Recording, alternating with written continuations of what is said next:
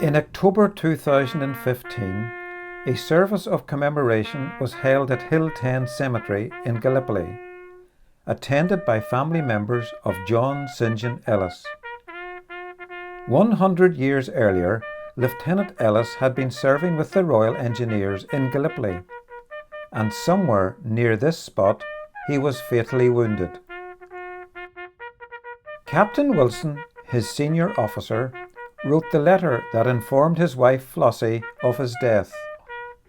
In it, he wrote, he had only been with the company a few days, and in that time had impressed us all with his capacity and his great boldness at the difficult night work, which falls to the duty of the RE officer. The penultimate paragraph of the letter was very personal. It read, "If I die, let my wife know that my last thoughts will be of her and my little daughter, Evangeline." John Ellis came from Dublin, and he married Flossie from Belfast. He served in the Royal Engineers, spending time at Brompton Barracks near Chatham in England, whilst undergoing training. Life at Chatham was strenuous, but nevertheless he often found time to write home to Flossie. In one letter he wrote, "The work here is most interesting, and my only regret is that I have not more time to profit by it. Please excuse me if my letters get short or if I send cards. It is only because if I did otherwise, I would drop behind and you wouldn't like that. I want to be an efficient officer and a credit to the Corps." And in another letter to his daughter Evangeline, he wrote, "I pray God that I may do my duty well as a soldier, and I further pray that I may be spared to watch you grow up, to help your mother in your education and smooth away the difficulties in your path."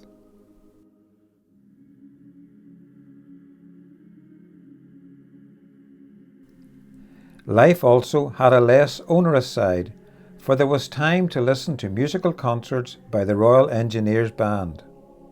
On the 15th of May 1915, he was commissioned as an officer, and soon after he was posted to Gallipoli in Turkey. Leaving England by troopship, he sailed to Gibraltar and then on to Malta.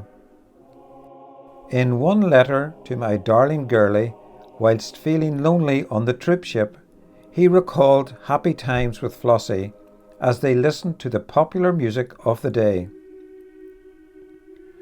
"The strains of our favourite songs are coming up from the saloon and making me feel too lonely for words. Night and the stars are gleaming, tender and true. Dearest, my heart is dreaming, dreaming of you." During his stay in Malta, he sent many postcards and letters home.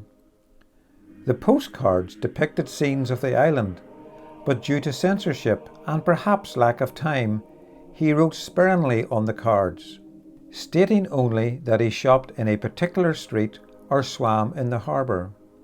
In one postcard, he made reference to goat's milk, and that European troops were forbidden to drink it as it produces Mediterranean fever. Apparently, food wasn't a problem, for on a menu he wrote, "We don't starve." Eventually the order was given to leave for Gallipoli. Training now over, he was soon to experience the real thing. He would be in the front line, fighting against a determined foe.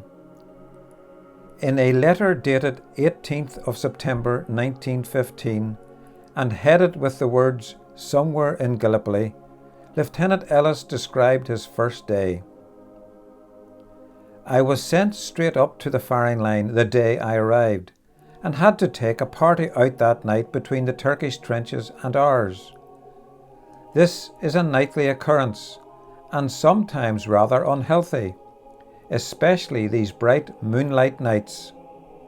I had 2 men attached to us from infantry killed last night by a sniper who worried me for a while, making fair shooting but always the miss, which is as good as a mile. He described how the flies were a real problem and the difficulties of digging trenches under fire when you have to drill rock with a hammer and chisel. He stated that he got about 6 hours of sleep each night, even though bullets, like bumblebees, buzzed over his dugout. War is hell, he wrote. One sees men die like men, doing some simple task necessary for the safety of others. His respect for the Turkish forces was recorded in a letter. They are fighting cleanly, and from what I hear, treat well any of our wounded they find. On the 11th of October, Lt Ellis was killed. The letter sent by Captain Wilson to Flossie detailed the manner of his death. He received a shot in the side at close range, which gave him no chance of recovery. A wooden box containing his personal things was also sent to Flossie. Lt Ellis never returned home to Ireland to see his beloved wife Flossie, his young daughter Evangeline, nor the baby Pauline that Flossie was carrying. He had written a letter to his wife in event of his death, and in it he expressed the following thoughts.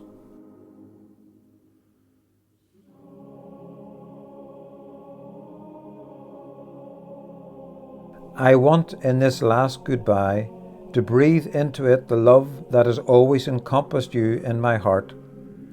You have been the truest wife and comrade a man could have, and although I may not have always been what I should have been, never doubt but that you were first in my heart, and my holiest and tenderest thoughts were of you. Goodbye, my own precious sweetheart. I love you still, even in death. Do not fret, my dear. Look forward. His commemoration stone is in Hill 10 Cemetery. On the 6th of October 2015, a short but emotional service of thanksgiving and commemoration for his life took place in the presence of the Duke of Gloucester, the British Ambassador to Turkey, and the Irish Minister of State. But it was the presence of family members that made the service memorable. They had, for the first time, an opportunity to pay their respects to a much-loved member of the family. In many of his letters, Lt Ellis showed that he had a Christian outlook on life, and when the Imperial War Graves Commission inquired as to what words should be etched on the commemoration stone, a fitting verse from Philippians was chosen.